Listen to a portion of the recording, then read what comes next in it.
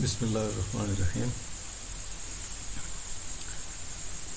It is our ninth lecture in the subject of business communication and report writing for BCom Part 2. The topic is non-essential or optional parts of a business letter. We have already gone through the essential or standard parts. Now the topic is non-essential or optional parts of a business letter. Well, these are non-essential or optional parts, but most business firms use these parts in their letters, and these parts serve a particular purpose, and that purpose is also very important. But you can dispense with these parts because they are optional. Well, these optional parts are number one, attention line, subject line, enclosure notations, copy notation, file or account number and mailing notation, and last, postscript. So we come to the first one, attention line. It may be written as for the attention of the name or title of the person for whose attention this line is being inserted in the letter. When the writer wants to direct a letter to a particular person or title or department in an organization, he can use this line. Well, when now we come to the how and when this line is used. When the writer does not know an individual's name but wants the message to go to a particular title or department, so in this situation he uses attention line. And when the writer knows only the person's surname and therefore does not want to use that name in the salutation, so he may use the attention line. Or when the writer expects that the addressee or the receiver of the letter travels often and wants the letter to be attended to promptly, immediately by whoever takes care of the receiver's business, so he uses this attention line in the letter. The attention line is usually placed between the inside address and salutation. It is used between inside address and the salutation, and with a blank line before and after, means 2 spaces above or left and 2 spaces below or left. So one line, one blank line before and after it is left.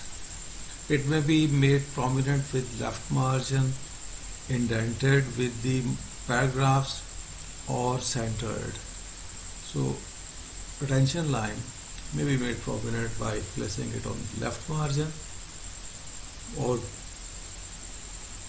it may be indented like the paragraphs, or it may be centered. For example, first comes the inside address, the address of the receiver, then one line is left, attention, Mr. Sarfraz Ali, and then one line is left, and then salutation, gentlemen. So it comes between the inside address and the salutation. One line is blank above and below it. Second part is subject line. Second non-essential part of a business letter is subject line. The subject line is considered to be the part of the body because it summarizes the body. It is considered the part of the body because it summarizes the whole body in just one line or 2 lines. It enables the reader to know at a glance what the letter is about When the reader reads the subject line, so he immediately knows what the message is about, what the body of the letter is about. It is also helpful in filing. You can file it. Uh, so it subject line helps you in filing the letter. You can easily locate the topic and then you file in a proper file.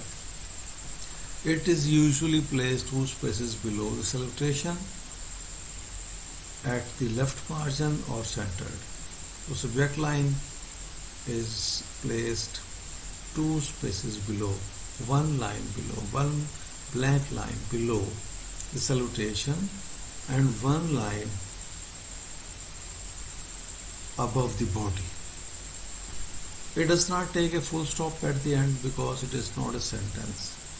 So subject line, you see, is not a complete sentence. It is usually a phrase, so a full stop or a period does not come after it. For example, it comes 2 spaces below the salutation and 2 spaces above the first line of the body. So, dear Mr. Waqar, salutation, and then one line is left, and then subject, delay in supply.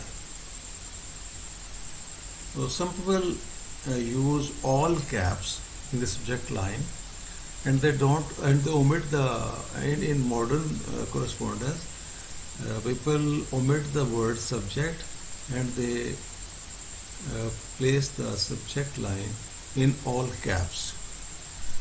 Now we come to the third non-essential or optional part. It is enclosure notation. Enclosure means to enclose something along with the letter. If you are enclosing some checks, some bills, some catalogs, price list, resume, copies of previous correspondence, etc., then these things should be mentioned at the left margin, single or double spaces below the reference initials or the signature block. So if you are including some things like checks, bills, catalogs, price list, drafts, etc., then you should mention this on the letter. Enclosure notation alerts the receiver of the letter to check for enclosures. So these are mentioned on the letter so that the receiver, while reading the letter, should become alert that something is enclosed with the letter and he should not miss it. When more than one item is enclosed, the number should be indicated as enclosure, 2 checks, it may be 2 drafts, it may be a price list and a order form. The name of the enclosed item may also be typed in place of the word enclosure. The word enclosure is not essential. You may simply put the name of the thing which is being enclosed with the letter. Well, copy notation.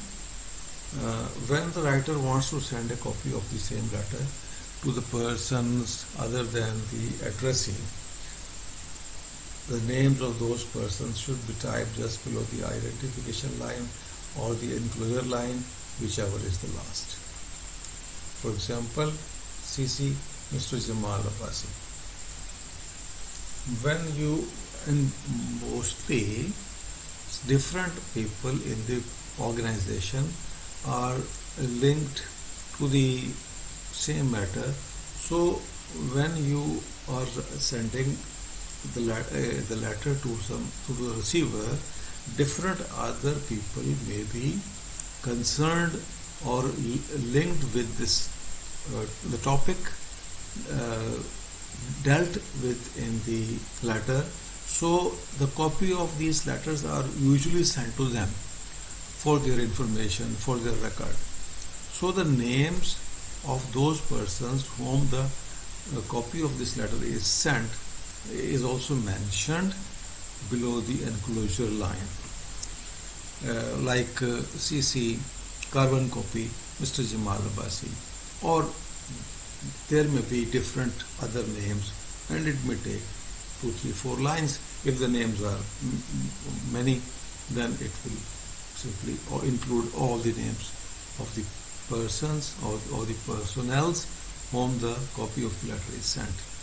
And when you do not want the addressee to know that other persons are getting a copy of the letter, so sometimes it is a confidential matter, and you want that the addressee should not know that you are sending the copy of this letter to other people, then you type BC, blind copy, or BPC, blind photocopy, and you simply mention this thing on the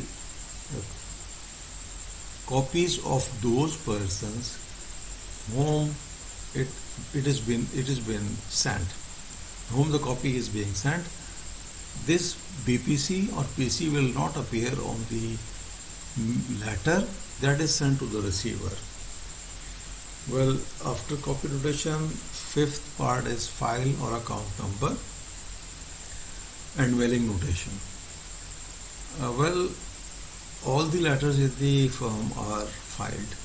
So to help in filing process and then quick retrieval for both the senders and the readers, some firms insist that the file or account number should be typed above the body of the letter.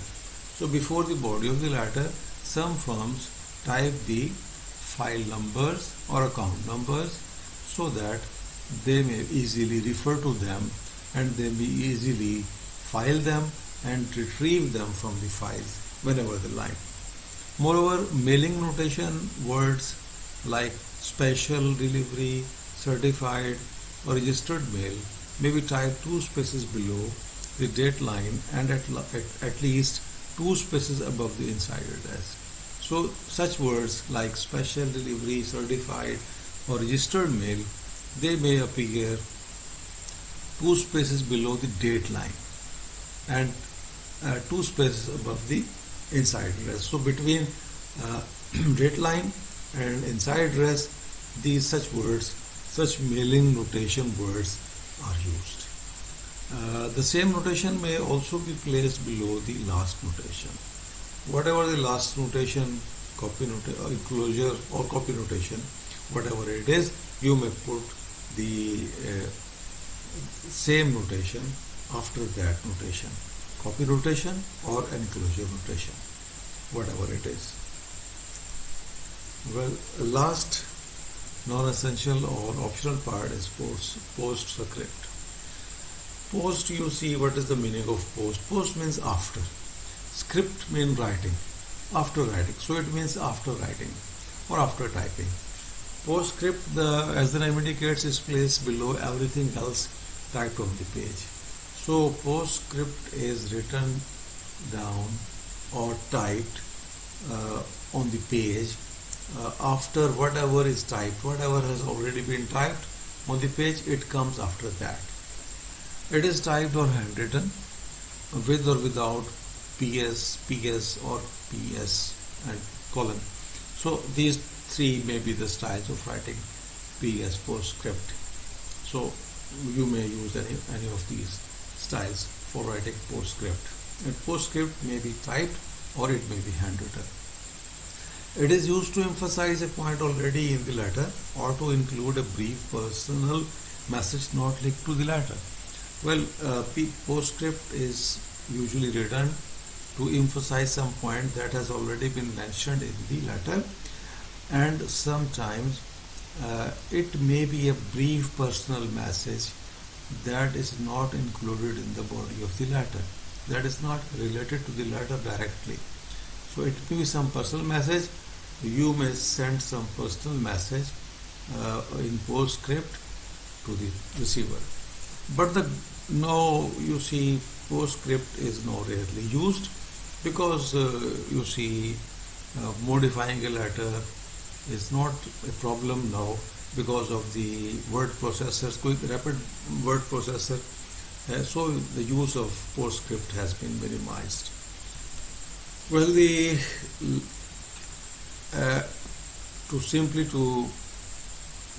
revise, if several notations are used after the signature area, the initials RECMP. RECMP is a sort of formula that should be kept in mind for proper order for arranging them at the left margin in a vertical position.